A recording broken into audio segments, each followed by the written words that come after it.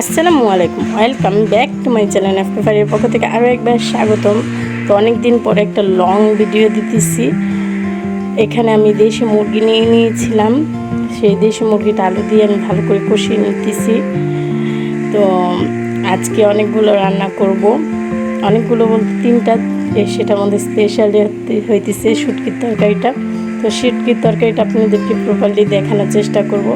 তো এখানে আমার রান্নাটা প্রায় কষানোর দিক দিয়ে হয়ে গেছে।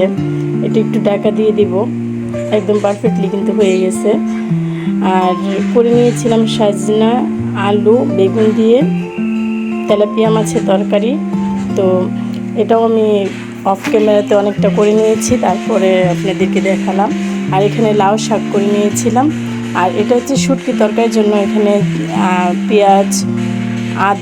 পেঁয়াজ, রসুন, মরিচের গুঁড়া, হলুদের গুঁড়া সব কিছু একসাথে মিক্সড করে কিন্তু আমি তেলে ভালো করে কষিয়ে নিয়েছি।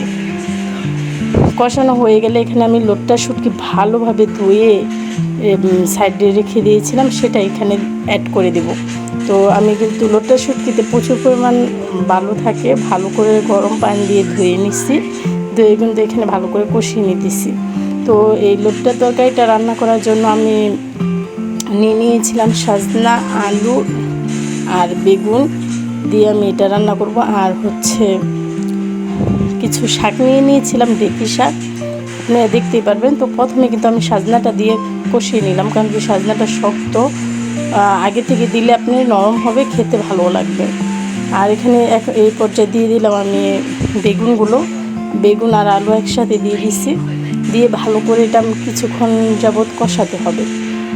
যখন এটা মানে প্রায় 50% সিদ্ধ হয়ে যাবে, তখন আমি পানি দিয়ে আবারও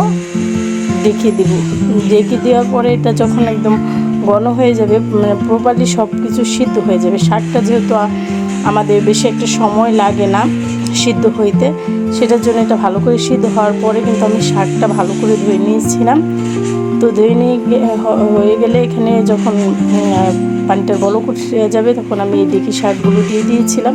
তো তরকারিটা খেতে অসম্ভব মজা হয়েছে। এভাবে ট্রাই করে দেখবেন, আপনাদেরও অসম্ভব মজা লাগবে। তরকারিটা কিন্তু সত্যি খেতে দারুণ ছিল।